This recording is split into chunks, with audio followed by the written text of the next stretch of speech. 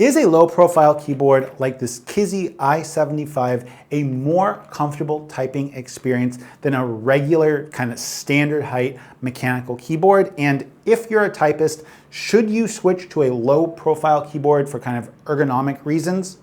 That's what we're here to examine today. Hey, how are you doing? My name is Mitchell, and over here on Desktop Tech, we like to review tech that you might find on your desk. In this video, we're going to cover the specs, design, build quality, typing experience, obviously a sound test, and then we're going to answer the question about whether or not this is somehow more comfortable or more ergonomic to type on than a regular mechanical keyboard. First up, we're going to start with the specs. The Kzzi I75 has tri-mode connectivity, meaning Bluetooth 2.4 or USB-C.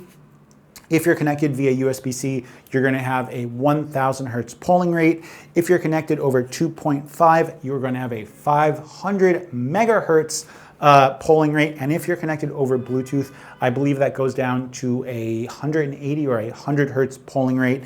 That's just how many times per second the keyboard and the computer are talking. So this is definitely not a gaming keyboard. And if you did want to do any gaming with it, you definitely want to do it wired. Inside, you're going to have a battery, and it's a 3750 milliamp hour battery with 400 hours of use time with RGB off. If RGB is set to max, you're looking at about 25 hours of RGB time. Switches are the Kzzi, like the in-house brand, Snow White linear switch. They have 2.5 millimeters of travel, they're factory lubed, and they need 37 grams of force to actuate. Inside the keyboard, you're going to have like 4 or 5 different levels of foam to change the sound profile and to make it sound thockier. And we'll do a sound test at the end of this video. You have north-facing LEDs, which are actually covered by this kind of transparent or translucent positioning plate. And that plate actually does a great job of diffusing light and giving you a really nice ambience and glow with this keyboard. You're also going to have a knob, as you see me playing with, because I love playing with knobs. And the knob does have some amount of kind of tactile feedback with a little bump every time you rotate it. Overall, feature-wise, this is a really, really solid set of features for a keyboard coming in at right around $75, which is actually $10 cheaper than the last one. Now, if you're liking this video, the best thing that you can do to help me out is give the video a like. It lets Kzzi know to keep on sending me products here to review. I want to next touch on the overall design of this keyboard because it's kind of interesting.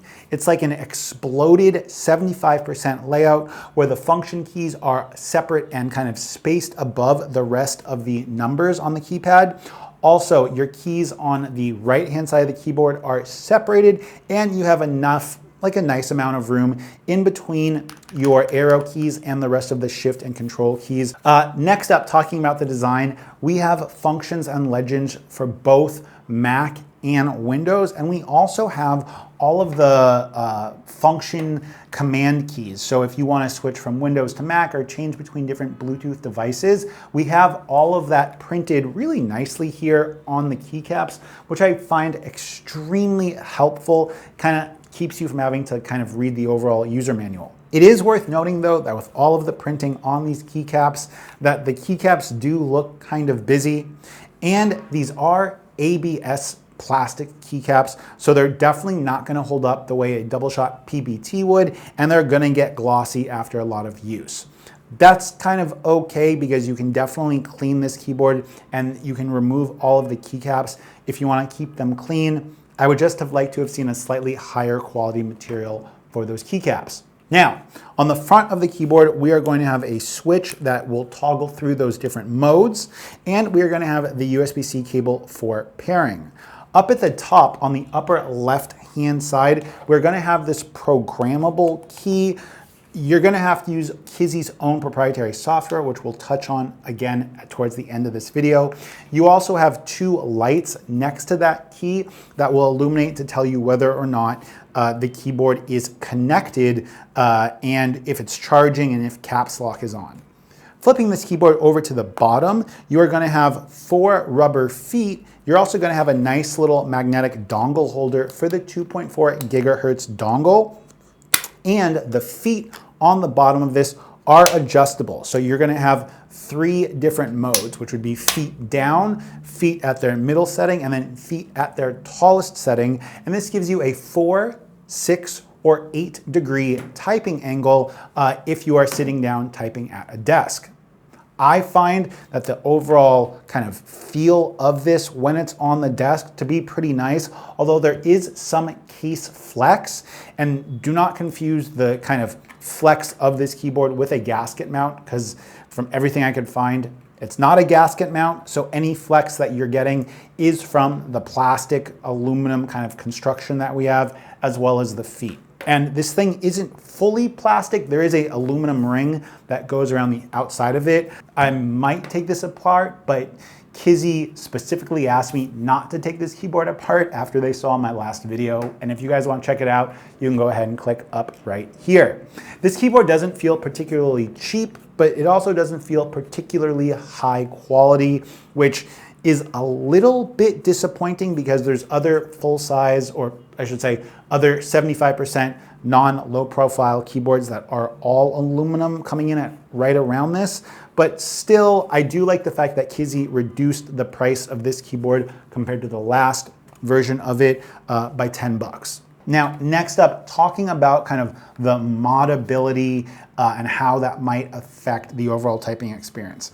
There's absolutely no screw holes on this thing. So if you are looking to take this apart, it's going to be a bit of a gamble. I'm assuming you would take it apart by kind of putting a spudger underneath this aluminum trim and trying to kind of release it from around there. But even then, there's already a bunch of foam in here, so I don't know what kind of benefit you might have from disassembling this. Talking about disassembly, the switches in here, because they are a Kzzi in-house design, I don't see anything online about being able to find replacement switches, and you do get 2 extra switches in the box along with a very basic USB-C cable and keycap puller. But the fact that these are kind of a proprietary switch is a bit of a bummer, because if you need to repair it or replace switches in the future, you're unlikely to be able to find just a regular profile switch to do that,